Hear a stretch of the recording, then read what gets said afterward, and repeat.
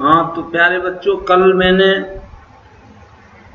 तुम्हें क्रियात्मक समूह बताया था, कार्बनिक यौगिकों में क्रियात्मक समूह, और उसमें मैंने बताया था अमीनो ग्रुप। अमीनो ग्रुप के बाद साइनो ग्रुप में साइनो समूह, इसकी पहचान क्या है कि CN आया हुआ होगा कार्बनिक यौगिक में। CN में जैसे कि CH3CN, इसका नाम हो जाएगा साइनोमेथेन।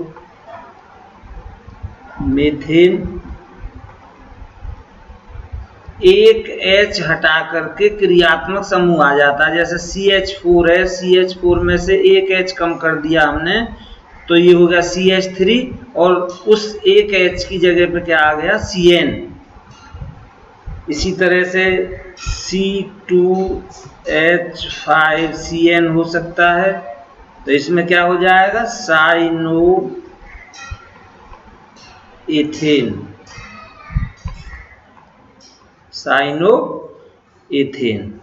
तो ये पहचान है साइनो समूह की कि यदि किसी कार्बनिक यौगिक में CN आया हुआ है तो समझ लीजिए कि इसमें साइनो क्रियात्मक समूह है। साइनो के बाद इसी तरह से हम देखेंगे नाइट्रो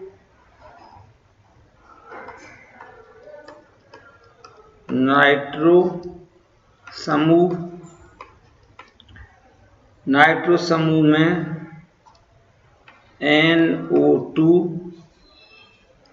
अगर आया हुआ है तो समझ लीजिए कि ये नाइट्रो समूह है। जैसे कि बेंजीन है, बेंजीन में एक H हटा दें तो क्या बन जाएगा, C6H5, और एक H जो कम किया उसकी जगह पर आ गया NO2, तो इसका नाम हो गया नाइट्रोबेंजीन।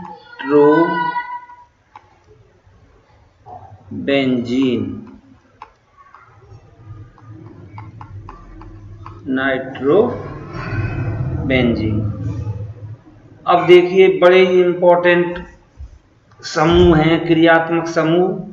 एल्डिहाइड है, जैसे एल्डिहाइड,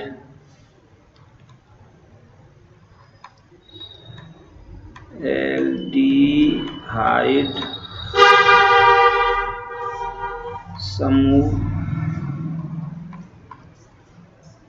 एल्डिहाइड समूह की पहचान है कि उसमें कार्बनिक यौगिक के फॉर्मूला में CHO आया हुआ होगा। जैसे कि इसका पहला यौगिक है HCHO, फॉर्मल्डिहाइड।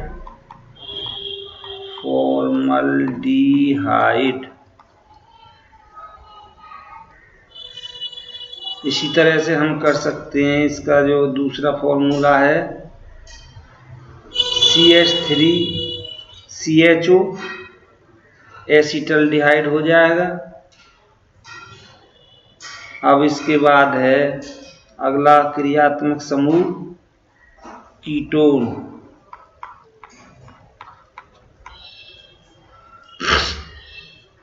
कीटोन की क्या पहचान है कि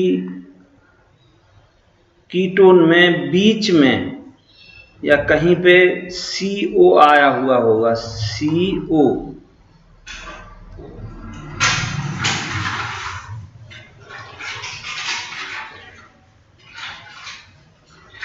जैसे कि CH3CO, CH3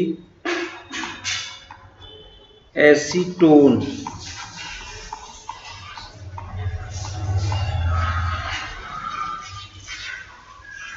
तो क्रियात्मक समूह में कीटोन की क्या पहचान है कि CO अगर आया हुआ है CO, तो समझ लीजिए कि कीटोन क्रियात्मक समूह है।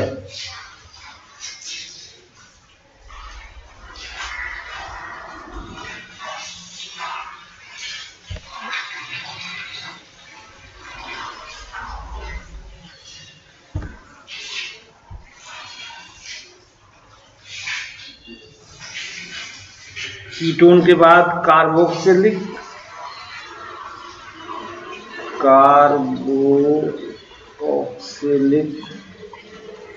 ग्रुप, इसकी पहचान है कि इसमें COOH आया हुआ होगा,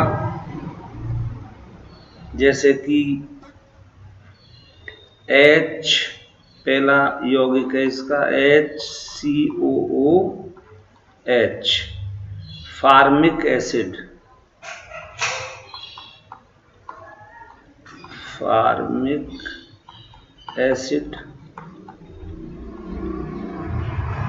दूसरा यौगिक इसके बाद CH2 और बढ़ा देंगे तो ये हो जाएगा CH3COOH। इससे तो आप भली भांति परिचित हैं, ये है एसिटिक एसिड,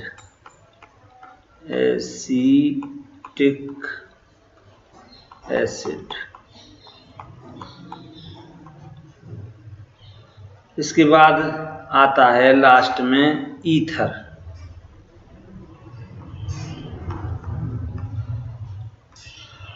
ईथर की पहचान है कि इस तरह से O आया हुआ होगा, O, और जैसे CH3OCH3 डाई मेथिल ईथर, एक इधर है मेथिल एक इधर है, तो क्या हो गया डाई, दो के लिए क्या बोलते हैं डाई मेथिल ईथर। अब इसी तरह से अगर हम इसका वो बढ़ा दें, अगला यौगिक देखेंगे तो CH3 की जगह पे क्या आ जाएगा C2H5, क्योंकि CH2 बढ़ाते हैं, अगला यौगिक मिल जाता है C2H5, CH2 बढ़ाते हैं तो C2H5 हो गया, ये OC2H5, तो ये हो गया डाई एथिल ईथर। तो ये बच्चों क्रियात्मक समूह पूछ लेता है परीक्षा में कभी कभी, जो कि बड़े ही आसान तरीका से मैंने तुम्हें समझाया है।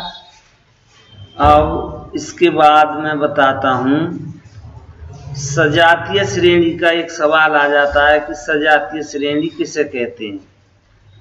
सजातीय एक जैसी जाति, अर्थात ऐसे कार्बनिक यौगिक जिनमें क्रियात्मक समूह समान होता है।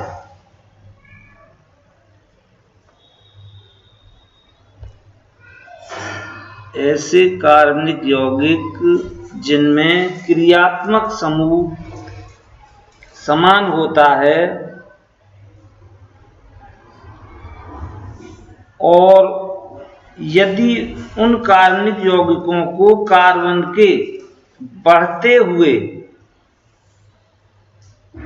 क्रम में रखें तो जो हमें श्रेणी प्राप्त होगी उसे कहेंगे हम सजातीय श्रेणी। और दो क्रमागत यौगिकों के बीच में CH2 का अंतर होता है। तो सजातीय श्रेणी क्या है? क्वेश्चन ये आ सकता है, सजातीय श्रेणी से क्या तात्पर्य है? तो इसका आंसर क्या हो जाएगा, सजातीय श्रेणी समान क्रियात्मक समूह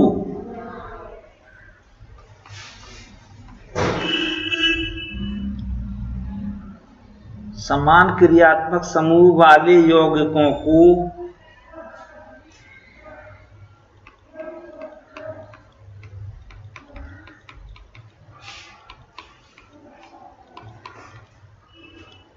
कार्बन परमाणुओं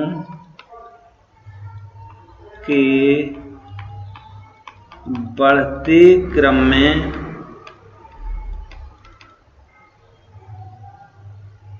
रखने पर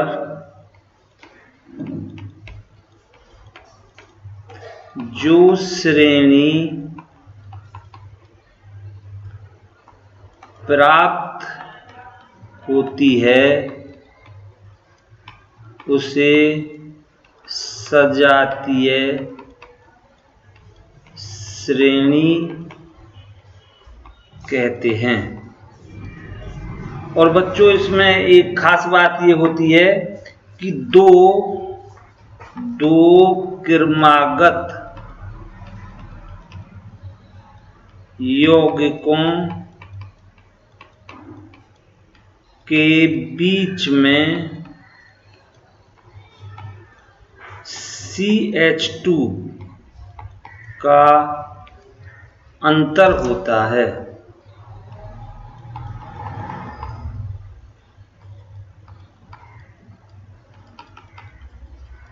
तो ये हो गई सजातीय श्रेणी। जैसे कि हम बहुत श्रेणी ले सकते हैं, यहाँ पे CH4 C2H6 C3H8 C4H10 C5H12 इसका नाम है मीथेन, इसका नाम है एथेन। ये मीथेन, एथेन, प्रोपेन, ये गिनती याद होनी चाहिए तुम्हें, बहुत ही काम आएगी IUPAC पद्धति में। Methane, ethane, propane, butane, pentane, आगे भी बढ़ा सकते हैं इसे, C6H14, तो ये हो गया ब्यूटेन, पेंट, हेक्सेन, C7H16, ये हेप्टेन, और C8H, इससे ज़्यादा की ज़रूरत नहीं पड़ेगी तुम लोगों को, 18, ये हो गया ऑक्टेन। तो ये गिनती मानो कार्बनिक रसायन में एक तरह से बहुत ही आवश्यक है इनको याद रखना कि C का एक परमाणु आया हुआ तो मीथेन, 2 परमाणु आए हुए हैं तो एथेन, 3 है तो प्रोपेन। इसी से IUPAC पद्धति निर्धारित होगी। C के 4 आए हुए हैं ब्यूटेन, 5 आए हुए हैं तो पेंटेन, C के 6 परमाणु आए हुए हैं तो हेक्सेन, 7 परमाणु आए हुए हैं तो हेप्टेन, और 8 परमाणु हैं तो ऑक्टेन। इस तरह से ये यहाँ पे हम ये गिनती एक तरह से याद, ये भी एक सजातीय श्रेणी हो गई। और भी ले सकते हैं एग्जाम्पल, इसी तरह से हम ले लेंगे एल्कीन की सजातीय श्रेणी ली है, एल्कीन की ले लेंगे, एल्काइन की ले लेंगे, उसके बाद एल्कोहल की ले सकते हैं, ईथर की ले सकते हैं। तो किसी भी कार्बनिक यौगिक की सजातीय श्रेणी हम ले सकते हैं जिसमें कि समान क्रियात्मक समूह हो। अब यहाँ पे क्रियात्मक समूह इसमें नहीं है जो हमने तुम्हें बताए हैं, लेकिन ये भी सजातीय श्रेणी है। इसके बाद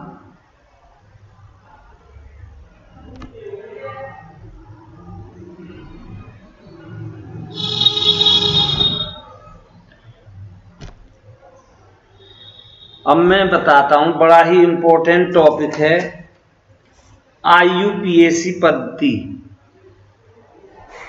जब देखिए बहुत से कार्बनिक यौगिक जब प्राप्त किए जा चुके तो इसमें समस्या ये आई, कहीं पे किसी यौगिक का नाम किसी पद्धति में कुछ है, किसी पद्धति में उसका नाम दूसरा लिया गया। तो वैज्ञानिकों ने एक अपना निर्णय लिया कि सभी देशों के वैज्ञानिकों ने एक पद्धति मिलकर के बनाई जिसे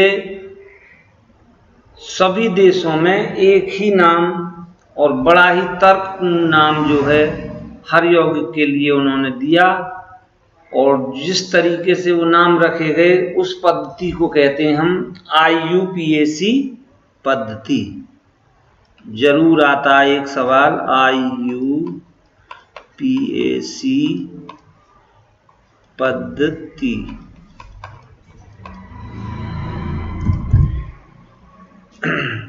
पहले इसकी फुल फॉर्म जान लीजिए। आई से क्या बन गया? इंटरनेशनल, जरूर फुल फॉर्म याद होनी चाहिए, इंटरनेशनल यूनियन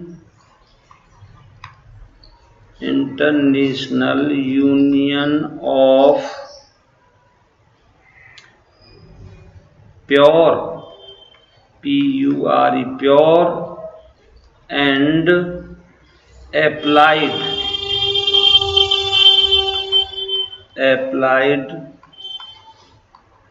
केमिस्ट्री। तो इसकी फुल फॉर्म क्या हो गई? International union of pure and applied chemistry. तो इस पद्धति में जो कार्बनिक यौगिक हैं उनके नामकरण की जो पद्धति है ये बहुत ही तर्कपूर्ण है, शुद्ध है और सभी देशों के लिए मान्य है, इंटरनेशनल है ये। जैसे कि हम एल्केन के अभी नाम बताए थे मैंने, एल्केन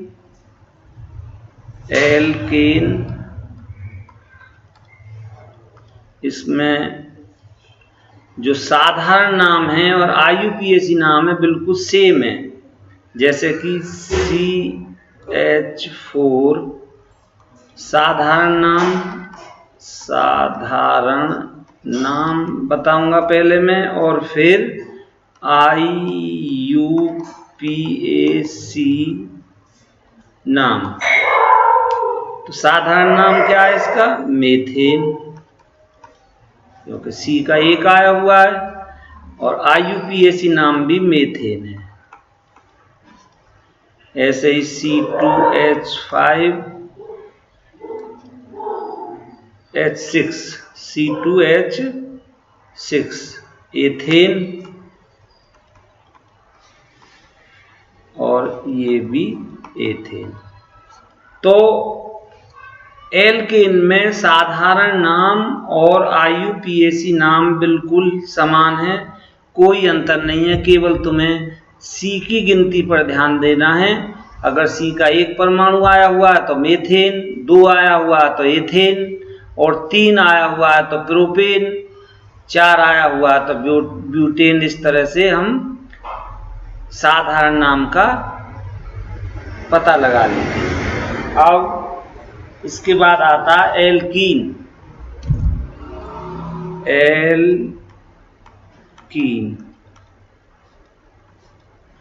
एल्कीन में जो हमारा पहला यौगिक है वो है C2H। हाँ, इसका जनरल फॉर्मूला भी पता होना चाहिए। एल्केन का जो जनरल फॉर्मूला है वो है CnH2n+2 और इसका जनरल फॉर्मूला है CnH2n। ये पहचान इसी से हो जाती है कि अगर C का एक परमाणु लेते हैं तो H के 4 परमाणु आएंगे, क्योंकि N की जगह पे हम 1 रखेंगे तो वो हो गया 2 × 1 2, 2 + 2 4, तो H के 4 आएंगे। अब एल्कीन में पहला यौगिक नहीं बनता है, जब हम C का 1 लेंगे तो CH2 नहीं बनता है कोई यौगिक। तो दूसरा यौगिक जो प्राप्त होता है जब हम C के 2 लेंगे तो ये हो जाएगा H के हो जाएंगे 4, C2H4। और इसका जो साधारण नाम है वो है एथिलीन। एथिलीन।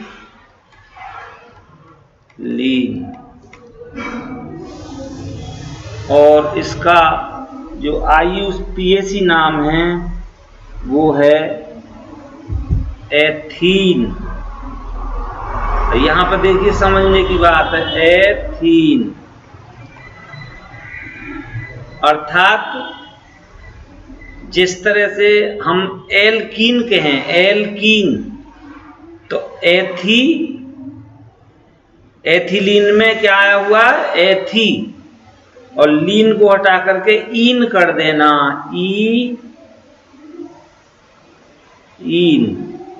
ईन कर देना है, तो क्या बन जाएगा उसमें IUPAC नाम। जैसे एथेन, तो एथेन में क्या कर देंगे, ईन लगाएंगे, एन को हटा करके ईन कर देंगे तो क्या बन जाएगा, एथीन। मान लो दूसरा यौगिक है C3H, कितना हो जाएगा, 6, C3H6, इसका नाम क्या हो जाएगा, प्रोपेलीन, क्योंकि C के 3 आ गए, प्रोपेलीन। अब C के 3 परमाणु हैं तो मेथेन, एथेन, प्रोपेन, तो प्रोपेन से क्या बन गया, प्रोपेलीन। और यहां पे क्या बन जाएगा, प्रोपीन। प्रोपीन कितना आसान है। एल्केन वाली जो गिनती है उसमें एन को हटा करके ईन करना है, प्रोपेन, और उसमें एन को हटा करके क्या करना है, ईन करना है, तो क्या बन गया, प्रोपीन। ऐसे ही हम अगर C की गिनती लेते हैं 4 तो H हो गया 8, इसका नाम साधारण नाम है ब्यूटीलीन। और IUPAC नाम क्या हो जाएगा, ब्यूटेन से एन हटा करके क्या कर देंगे, ईन कर देंगे, ब्यूटीन। ये हो गया एल्कीन के IUPAC नाम, बड़े आसानी से लिखे जा सकते हैं। और अब इसके बाद मैं बताऊंगा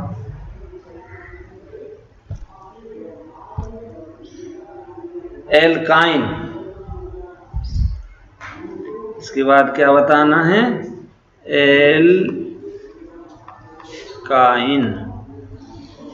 एल्केन, एल्कीन, एल्काइन। सामान्य सूत्र है इसका, साधारण सूत्र CnH2n-2, और 2 कम कर देंगे, 2 कम होते चले जाएंगे। एल्केन में CnH2n+2, फिर एल्कीन में CnH2n, और फिर 2 H के परमाणु और कम कर देंगे तो क्या बन जाएगा, एल्काइन CnH2n-2।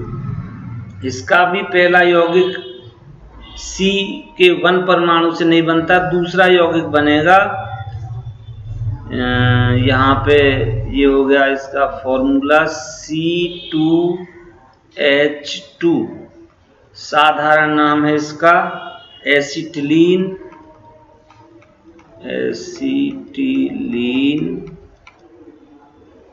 और ये IUPAC नाम, IUPAC, इसका नाम क्या हो जाएगा, एल्केन में एन हटा करके आयन करना है, आयन, तो ये हो गया एथाइन, एथाइन। ऐसे ही C3H4,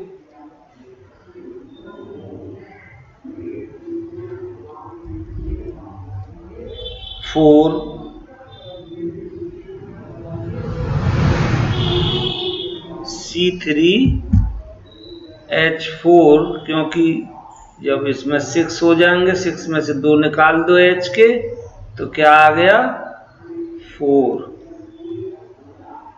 और इसका नाम है मेथिल एसिटिलीन, साधारण नाम क्या है, मेथिल एसिटिलीन, और IUPAC नाम क्या हो जाएगा, मेथेन, एथेन, प्रोपेन, तो क्या बन जाएगा प्रोपाइन, प्रोपाइन। कितना आसान है कि एन हटा करके आयन लाना, हमें आ का डंडा, ई और ने, बस ये जोड़ना। ऐसे ही C4H6 डाईमेथिल एसिटिलीन, डाईमेथिल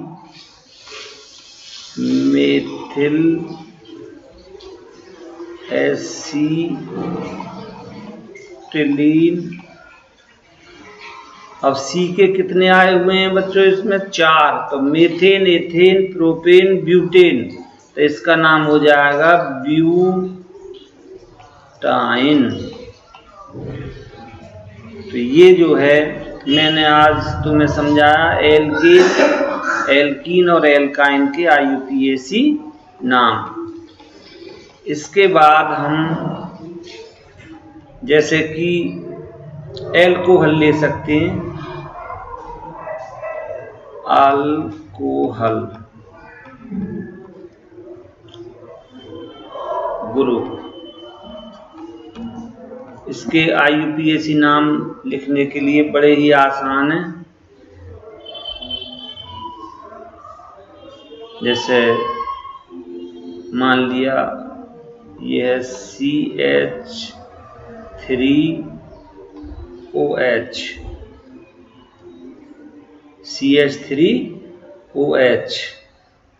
तो इसमें C के कितने परमाणु आए हुए हैं, 1,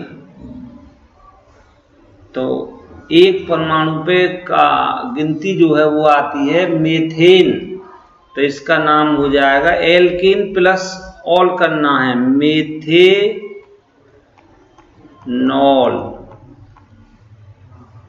मेथेनॉल। यहाँ पे ये गिनती देखनी है हमें C की कितनी गिनती है। इसी तरह से C2H5OH आया हुआ है, तो इसका IUPAC नाम हो जाएगा, अब C के कितने हो गए, 2 परमाणु, 2 परमाणु में ये जो है मेथेन, एथेन, तो ये हो जाएगा एथेनॉल, बड़ा ही आसान है, ethanol, methanol, ethanol, propanol, butanol, इस तरह से ये IUPAC नाम एल्कोहलिक ग्रुप के भी लिख जाते हैं। इससे आगे मैं अब आपको कल को बताऊंगा। और ये